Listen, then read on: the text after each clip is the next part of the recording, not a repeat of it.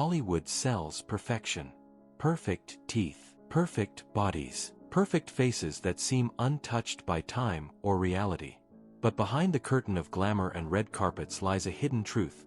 Some of its most unforgettable stars carried secrets their studios didn't want anyone to notice. We're not talking about scandals or leaked tapes. These were real, physical conditions, strange, rare, and often misunderstood. And for years, the industry did everything it could to either hide them or turn them into spectacle. Some actors had no choice but to mask their pain behind clever camera angles and scripted smiles. Others leaned into their conditions, transforming what was once a liability into an unmistakable asset. A few even broke barriers, changing how disability and difference were seen on screen. But make no mistake, Hollywood didn't make it easy. In many cases, it tried to bury the truth beneath layers of makeup, rewritten scripts, and behind-the-scenes edits. And sometimes, it worked. Audiences never knew what their favorite stars were really dealing with until long after the lights faded. In this video, we're revealing the shocking and often heartbreaking stories of actors who lived and thrived with body conditions the industry quietly tried to erase. From crushed spines and hidden prosthetics to disorders so rare they didn't even have names at the time, these performers didn't just survive, they changed the game. Some inspired a new kind of representation. Others were quietly discarded, but every one of them left behind a legacy that proves one thing. In an industry obsessed with perfection, it's often the imperfections that truly leave a mark. Let's dive into the untold stories Hollywood didn't want you to see. Michael Dunn. Michael Dunn stood just 3 feet 10 inches tall, but when he walked onto a set, the room got smaller for everyone else. Born with a rare skeletal condition that stunted his growth and twisted his spine, Dunn didn't just defy expectations, he shattered them. Hollywood had a long history of casting actors with visible differences as props or punchlines, but Dunn wasn't having it. By the mid-60s, he had become a force to be reckoned with, earning an Academy Award nomination for his role in Ship of Fools. It was a massive achievement, not just for him, but for every actor who'd ever been told they didn't look the part. He wasn't just talented, he was bold. On The Wild Wild West, he played the brilliant and vengeful Dr. Lovelace, a character so layered and intelligent that audiences couldn't look away.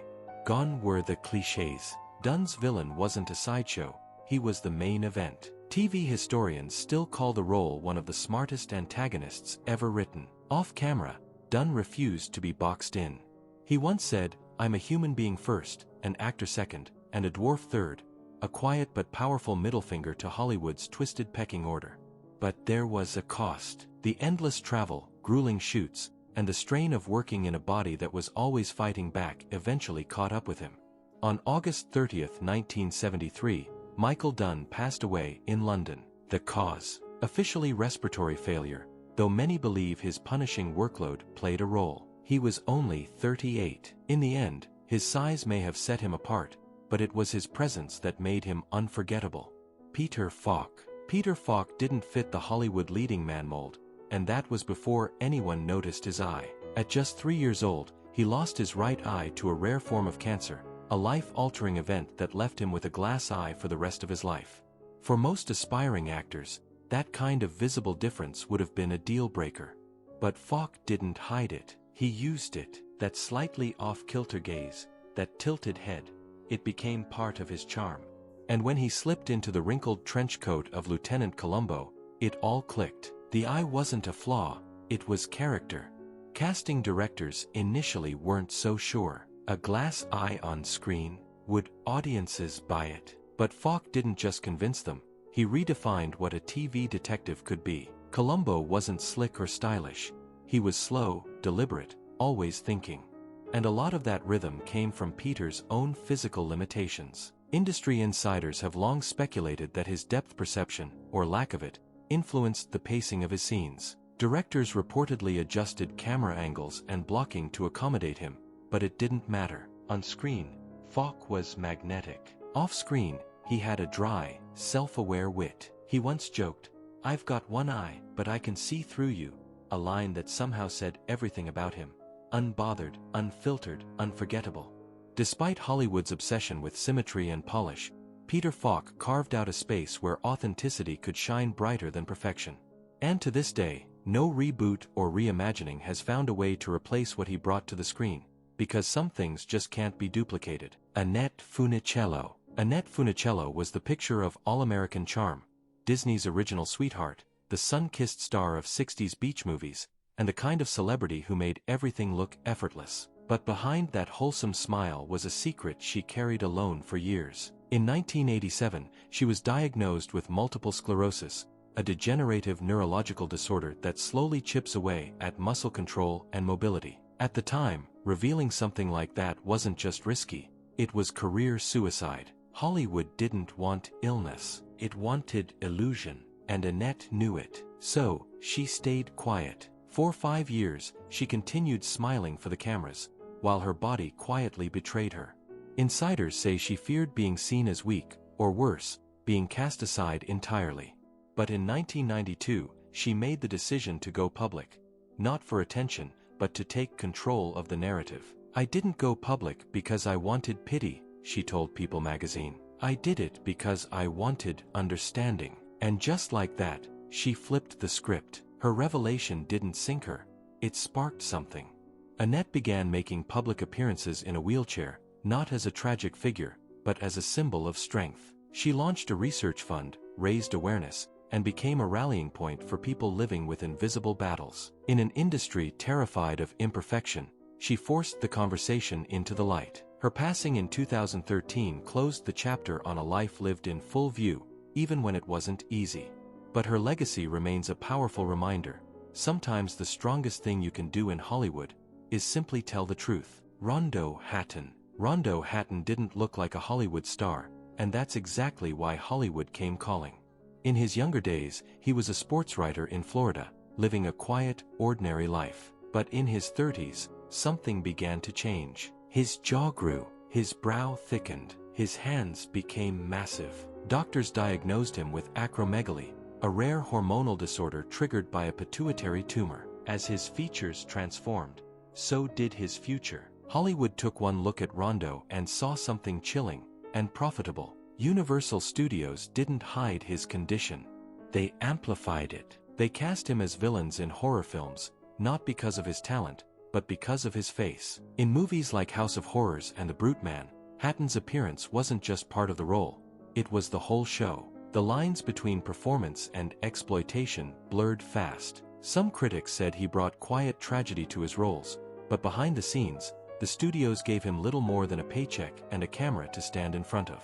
The whispers about mistreatment never fully went away.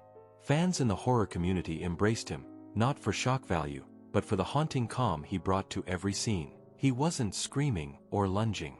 He just existed, and that was enough to unnerve audiences. But the toll on his body was never far behind. On February 2, 1946, Rondo Hatton died of a heart attack, likely tied to complications from his condition. He was 51. Today, his legacy lives on in the form of the Rondo Hatton Classic Horror Awards, a tribute to a man who became iconic not because Hollywood embraced him, but because he endured it. Ricardo Montalbán. Ricardo Montalbán exuded power. Whether he was delivering icy threats as Khan in Star Trek or welcoming guests with a mysterious smile on Fantasy Island, he always looked completely in control. But for most of his career, Montalbán was hiding something far more intense than any scripted villainy, a devastating spinal injury that never fully healed. In 1951, while filming Across the Wide Missouri, a horse fell on him, crushing his lower back. The injury left him in chronic pain and partially paralyzed. And yet, hardly anyone knew. In an industry built on action, grace, and physical presence, he never let on. Directors subtly adjusted blocking and choreography to limit his movement, while Montalbán pushed through scene after scene without revealing the price. Some roles, like his menacing turn in Wrath of Khan, sparked rumors that a body double had been used for certain shots. But Ricardo shut that down quickly. Every scene was him. Every move cost something. But he refused to let pain steal the spotlight. Off-screen, the experience fueled a deeper mission. In the late 90s, Montalbán established a foundation to support disabled and underrepresented performers, turning his personal battle into a public stand. By 2004, a historic Los Angeles theater was renamed in his honor, becoming a hub for inclusive storytelling. He never sought sympathy, and rarely even spoke of his condition, but his work spoke volumes. He passed away in 2009 at the age of 88, and while fans remember him for the commanding voice and piercing stare, those who looked closer saw something far more powerful: resilience that never needed to be announced. Howard McNear. Howard McNear was the heartbeat of the Andy Griffith Show, the lovable, rambling barber with a voice like warm syrup and a presence that made Mayberry feel real.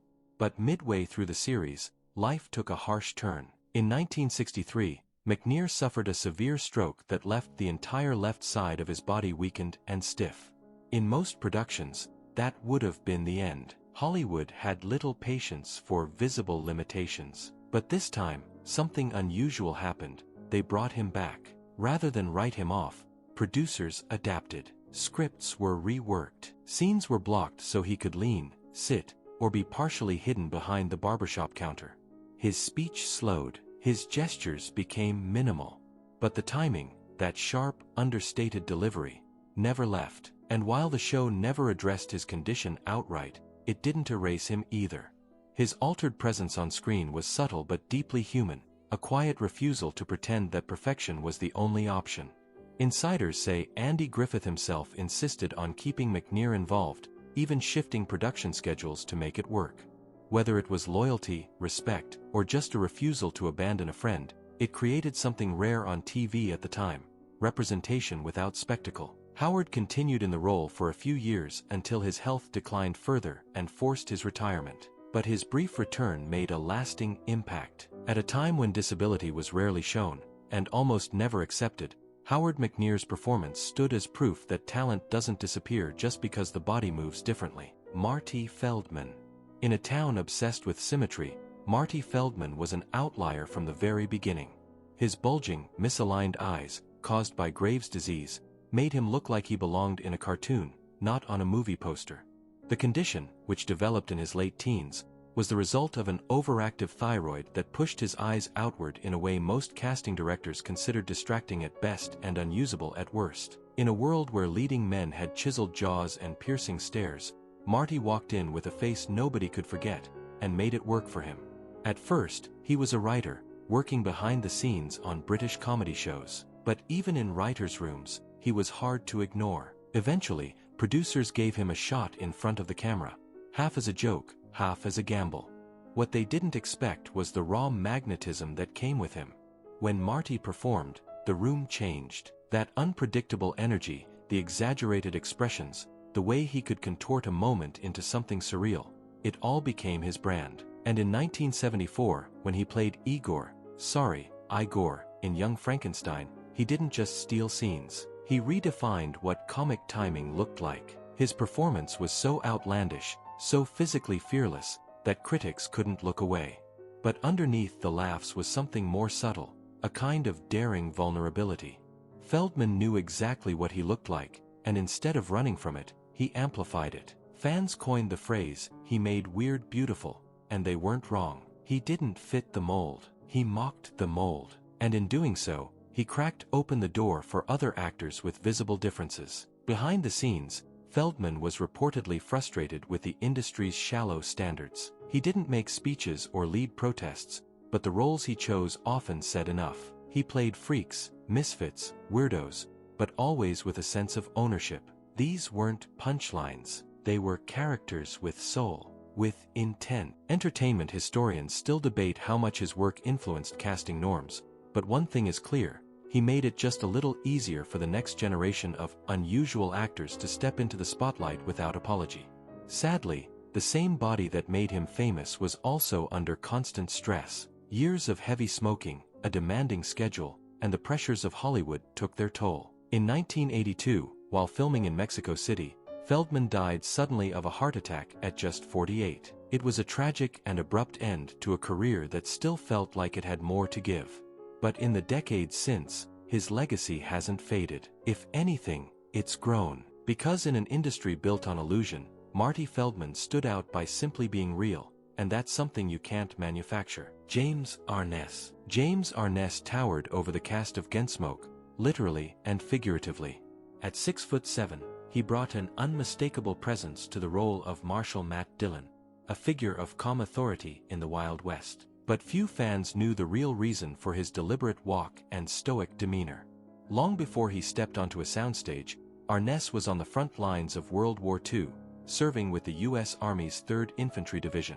In 1944, during the brutal Anzio campaign in Italy, he was struck by enemy machine gun fire in the leg. The injury was so severe that doctors considered amputation. He survived, but not without consequences. Arness spent over a year in military hospitals, and the damage left him with a permanent limp and chronic pain that followed him into Hollywood. When Gunsmoke premiered in 1955, the producers knew he was the right man for the job. But they also knew they had to work around his limitations. Directors used clever blocking, low camera angles, and selective editing to mask the limp. Scenes were staged so he could stand still, or walk as little as possible. Audiences never noticed, and that's exactly how Arness wanted it. He never talked much about the pain. He never asked for sympathy. In interviews, he brushed it off, saying only that the character had to stand on his own. But insiders knew, each long day of filming took a toll. Some say his famously reserved screen presence wasn't just an acting choice, it was shaped by a body quietly enduring the aftershocks of war. And that subtle toughness, that quiet endurance, became part of what made Marshall Dillon feel so real. Off-screen, Arness didn't chase fame. He didn't crave the spotlight, but he earned something better: respect, especially among veterans who saw something familiar in the way he carried himself. No theatrics, no bravado, just a man doing his job, pain and all. While no official awards were given for his military injury, the Department of Veterans Affairs has referenced Arness in discussions of post-war resilience. His brother, actor Peter Graves, once said James had a grit that couldn't be taught and couldn't be broken. James Arness passed away in 2011 at age 88. He had played the same character for over 20 years, becoming one of the longest-running stars in TV history. But behind every step he took on screen was a memory of the battlefield, and a reminder that even the strongest legends often carry invisible wounds. Hollywood may thrive on illusion, but these stories strip away the makeup, the edits, the carefully crafted angles, and reveal something far more compelling. These actors didn't just perform through pain or difference. They lived it, carried it, and in many cases, hid it because the industry told them they had to. But whether their conditions were masked, downplayed, or put on display for shock value, they each left behind something that couldn't be buried: impact. Some of them redefined what a leading man could look like. Others quietly pushed the boundaries of what was acceptable to show on screen. And a few were used up and discarded by a system that saw their conditions as either a gimmick or a burden. But one thing they all proved, without needing to shout it, is that real talent doesn't come from perfection. It comes from persistence, from presence, from being unforgettable in a world that only wants to remember what's easy to look at. Hollywood tried to hide their differences, tried to smooth them out, tried to sell us a fantasy untouched by pain or imperfection. But the truth always finds its way to the surface, and when it does, it hits harder than any performance. Because in the end, it's not the flawless faces we remember, it's the ones that told a story all on their own.